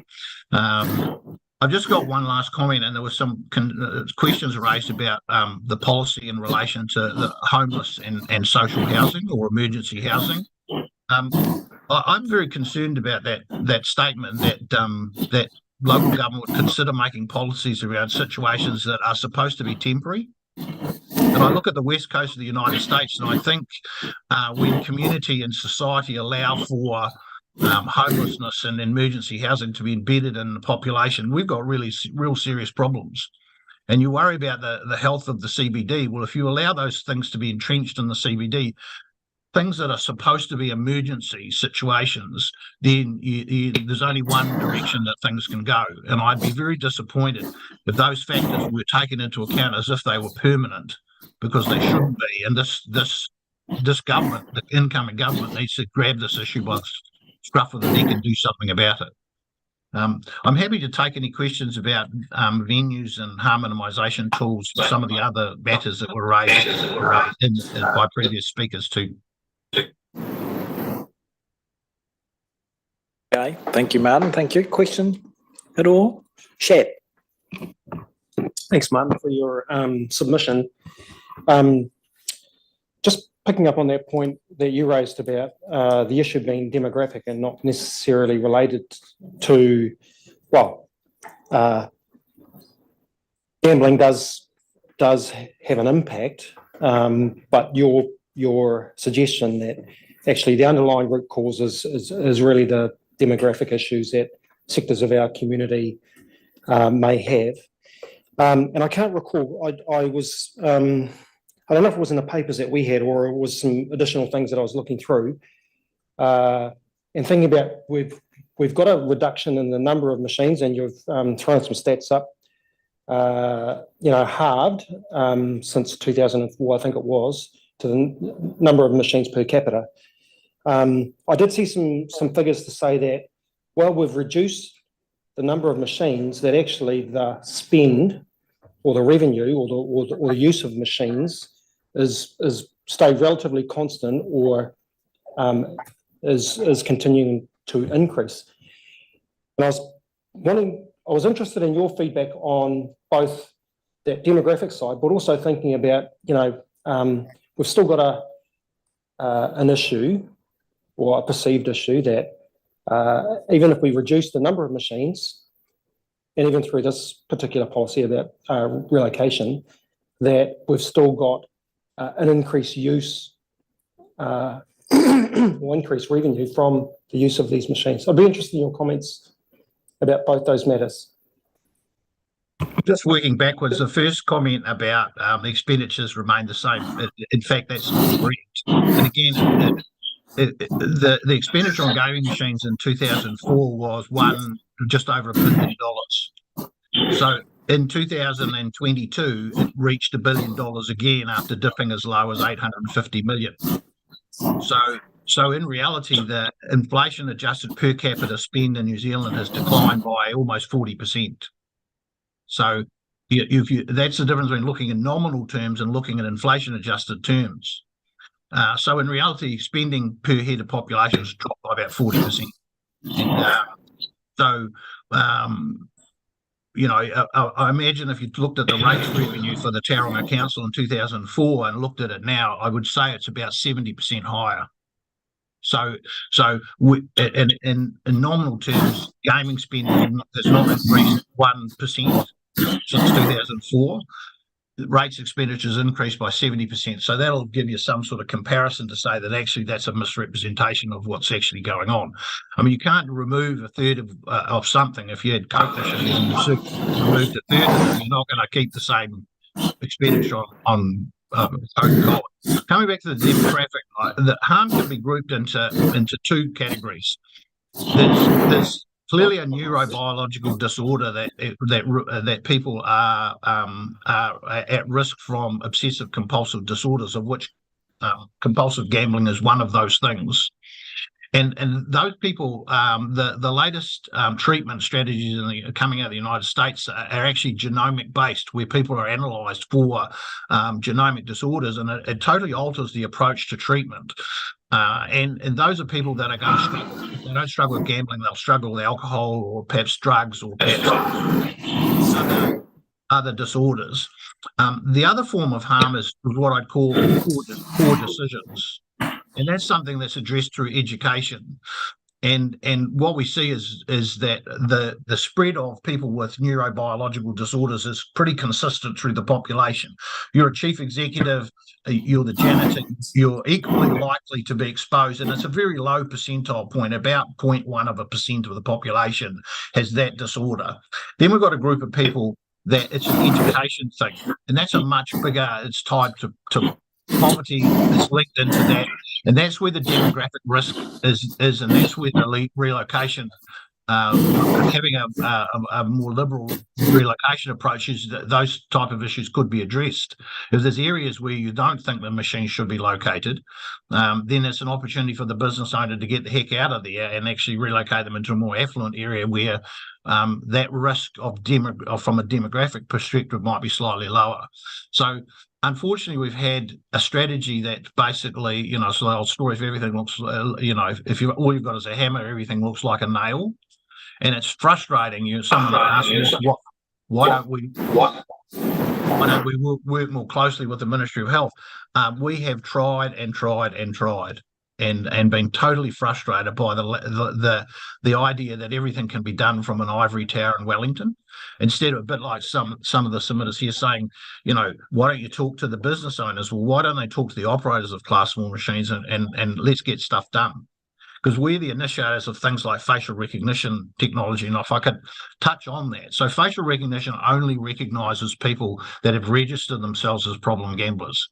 And their image is loaded up into an encrypted system, and the cameras actually detect the person if they walk into a gaming room from which they're prohibited, and it alerts the staff and they're immediately removed. So we all agree that if someone decides to exclude themselves from a venue, that it's in everyone's interest to make sure we support them in that decision. So the investment of facial recognition technology was an industry initiative that actually faced opposition from the Department of Internal Affairs and the Ministry of Health. And yet it's been entirely effective. However, it's not widespread. And I think in high risk areas or high turnover areas, they should be mandatory. Thank you, Martin. Any other further questions? Martin, Rohario here. Thank you for your explanation around facial recognition, because I did try to have a read of the gaming thing, but it didn't quite give the explanation I was looking for, but what you've just said did. And you've also mentioned that it's a good way, a good use of that technology. Do you know why, government weren't in support of using facial recognition? Like what some of the risks there were as to why they probably weren't supportive of it? It wasn't their idea. 100% wasn't their idea. Didn't think it should come from the industry. Some concerns about privacy, but this is encrypted technology that you'd find at immigration on the way into the country. And it's in secure servers and basically it's from a privacy perspective as secure as you can get. And these are individuals who've said, I need help. Here's my image. Can you please? So we've got away from the limitation of human beings who might have to try and remember 30 or 40 different images through shift changes or new staff. There is talk about using AI to detect gambler behaviour. I think that that's a bit of a stretch at the moment, and I think it is a bit ominous. But at least we can help the people that have said, for whatever reason, I need a break. And we know about 10 or 15% of those people breach their orders because they get caught by the facial recognition almost immediately. They change their appearance, they move around, and it could be they simply weren't committed, or they are really struggling with control. And it's a major supportive tool, and we'd like to see more collaboration with the Ministry of Health on it being expanded around the country. Ka pai. And so that's, that gets you around that whole privacy issue, because if somebody's voluntarily entered their image into the system to help themselves with an issue that they've recognised that they have, then why wouldn't you support it? My last question is around the effectiveness of the removal. So once a person is identified, are there any issues with, say, from pubs, like with staff trying to encourage that person to leave? No, not usually. I have to say that, I mean, not against the context of a 19-year-old trying to remove a 45-year-old male that might be 18 stone and not very happy about being talked to about it. So yeah, most of them are on the understand. Oh, that's right. Quite often it's I thought it had expired, because they run for 2 years and then they expire. It's probably what happens in and around them that I think there's massive areas for improvement. And again, more collaboration with the provider. If they're breaching the order, it means they're struggling. And we think that basically the local provider could provide more support, because quite often the intervention is limited. If you want to know how to improve these statistics, 2 out of every 3 people that are in the system are already known in the system. So they're relapsed. Every indicator is a failure of a collaborative effort to support that person to recover. And statistically, you can't go away from that. Whereas, again, we're talking about the environmental factor, which is kind of a bit like, boiling the ocean, really, as far as, addressing this known cohort of people in the community that need the support. Possibly under a new minister, and we'll get a better approach. We've got regulations coming in on the 1st of December that sort of put more pressure on the venue to be preventative in their approach. So, we tentatively welcome those changes. But I still think we're missing a trick around working more collaboratively. In some places, mainly in provinces, we have good relationships with providers, and I think we get better outcomes as a result. Kia ora, thank you. Thank you very much, Martin. Thank you for your submissions. Thank you. Thank you. Right, committee. So down to the. Oh, we've still. Always here. No. Kim. Do we have Kim, Mark, or Reese still to speak?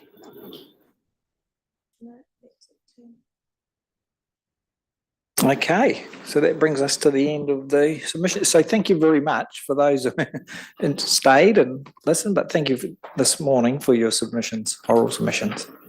Kia ora. So committee, before we go to the resolutions and move, I'm going to do the committee members have any questions for the staff and the reports that we received. I think Bill has, yep. Not so much questions, Chair, but certainly 2 or 3 matters it'd be good to have commentary on when the staff come back for the deliberations report. I think 4th of December. I'll just be interested in some commentary around, first one, the use of the deprivation index. There's suggestion that it be, there's 8, 9 and 10 for gambling. In this room, was it last week, we considered local alcohol policies where we landed on 9 and 10. So I'd just be interested in terms of what the implications of that are for the lack of alignment, etc. So that was the first one. Second one, I'd certainly be interested in terms of understanding around the street use policy and bylaws in terms of the Hamiltons, Wellington, Palmerston North and Queenstown. It'd be good to have a bit of a sense of how those cities deal with it. Third one, there's commentary around, and it was in Appendix 4 and related to the, what was it called? The social, what was it called? Yes, the social impact assessment of Class 4 and TAB gambling in the city. And the commentary around that, and it's referenced by, was this morning in submissions by Te Whatu Ora, that the sinking lid is actually, instead of going down, has increased through a lack of enforcement. So I'd just be interested in some commentary around that particular matter.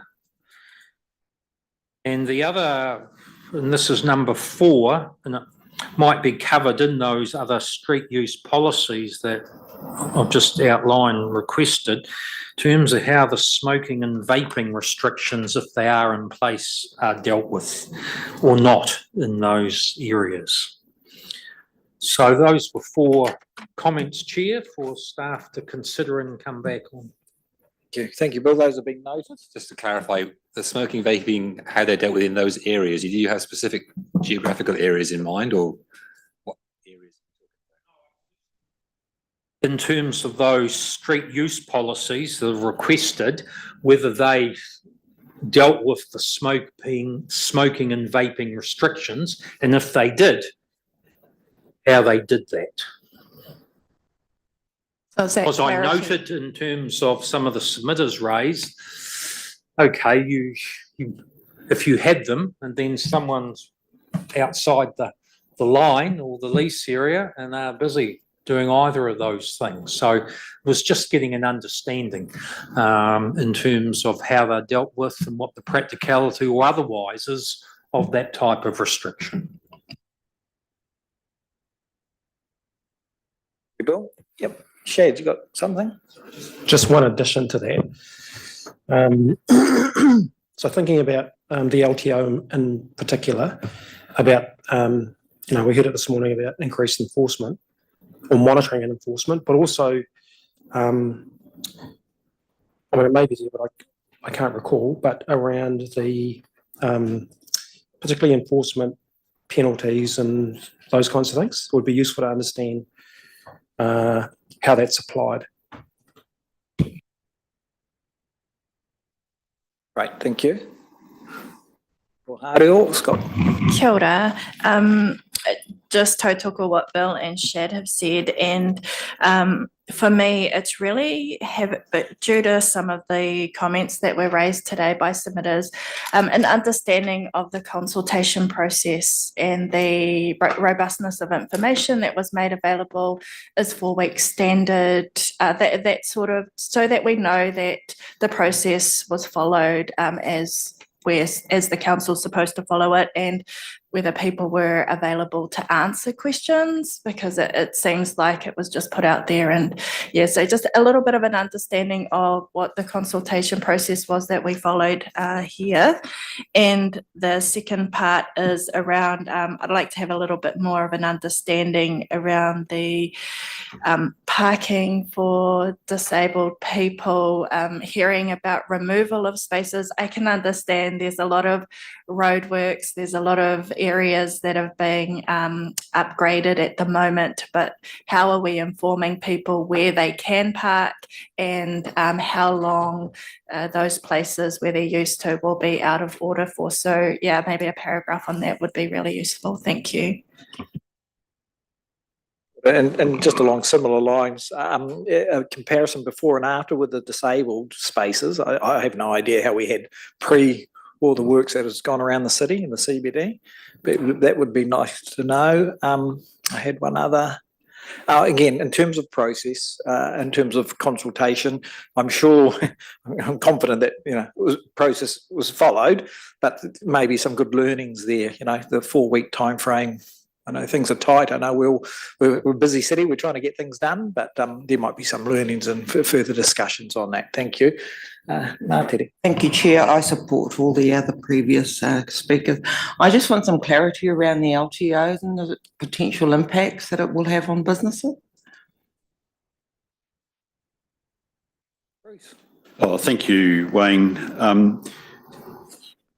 Probably just a couple of things from me. One, in terms of the use of the space, the proposed documents have the range of charging from administration fee through to the rental, etc. I just would be interested to know what actually we do anticipate using in that area. I think that probably follows the view one of you talked about. What are they doing in the Queenstown or Palmy or whatever situation? But actually, given we're giving ourselves quite a range of tools there, it may not be that we're anticipating a large amount, but actually what would cause us to kick in those particular provisions, and what would the money be used for, if that's relevant? I think that was probably the only other thing I'd add to what I'd seen here. Oh yes, so there was one other one. It was the issue actually, which was raised, I think, by Claudia around the number of venues even within the permitted areas, and the question that if we're going to hear from the submitters that have argued for a case by case, how would we implement that if that was relevant in our decision making process? Thanks, Wayne. Thank you, committee members, staff. Is that okay? You've got all that. Quite a list to do. Sorry, we asked that question. Thank you very much. Okay. So now down to, I'm hoping the committee will be in agreement. We're going to try and move all. Please, is everyone okay with that? So today with the hearing reports, we've had traffic and parking bylaws, street use policy, and the gambling venues policy. Oh, here we go. No? We were going to suggest that you accepted the one late submission as well. That Yes, would be yes. an addition to the page 69 where we've got the gambling venues policy. So we'd have a separate resolution there talking about receiving the late written submission from the Rano Community Trust. Will be a slight amendment to 8.4, which is the gambling venue policy in the resolution. Be, I think, a D. Do we need to see that before we, or can we just take that as it will be added? Do you understand what we're talking about? Yep. So we're just going to make note that we've received. Yep. Thank you very much. Okay. So on that understanding, can I have someone move that we, Bruce, please, Bill, second. All those in favour, please say aye. Thank you. Carried. Now, I know there was a bit. We have a 9, that's discussion of late matters. Note that at this stage, deliberations are planned for the 4th of December for us to discuss further. So that's an internal matter. Thank you very much. On that understanding, we can close the meeting with a closing. Thank you. Tūtahi ake, ka tuku mihi ki a koe rā Wayne. I whakahaere nei tēnei o tō tātou nei hui i te ata nei. Nō reira tēnā koe. Huri ake rā ki a tātou i ngā mema o tēnei kōmiti. Tēnā koutou, tēnā tātou katoa. Me ki rai ngā āpiha i hāpai nei wenei o ngā mahi. Tēnā koutou. Tēnā tātou katoa. E whakakapi nei tēnei o tō tātou nei hui. Nō reira kei nei tātou. E te atua anei anō rā mātou. E huitahi nei, ka tuku anō rā ngā whakamauhetina whakawhetai ki a koe. Mau manaakitanga katoa. Nō reira, manakitia rā tātou i a tātou anō. I ata whiri hia nei rā wenei ngā āhuatanga. A te wiki tuatahi o Tihima. Nō reira te atua, manakitia rā tātou katoa i ngā āhuatanga e ora nei. I roto i tō ingoa tapu ake, āmeni. So that I can bring this meeting formally to a close. Thank you again for everyone that made the appearance this morning. Much appreciated. Stephen online, thank you for tuning in. Good to see you, and thank you for committee members for